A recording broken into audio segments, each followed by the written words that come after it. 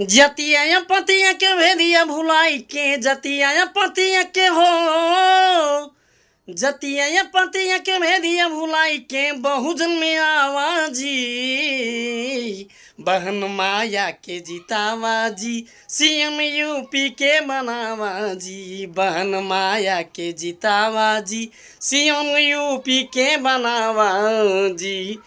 बनी है जसीएम बहिन जी करी है विकास हो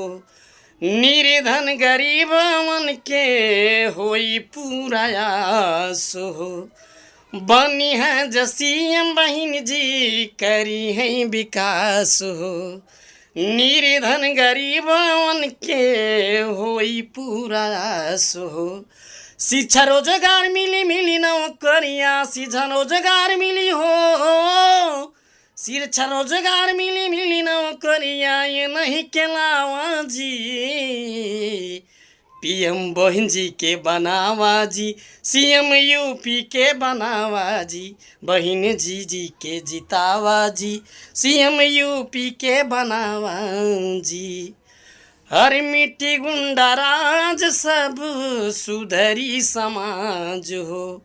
यूपी से मिट जाई माफियन के राज हो मिट्टी गुंडागर्दी तब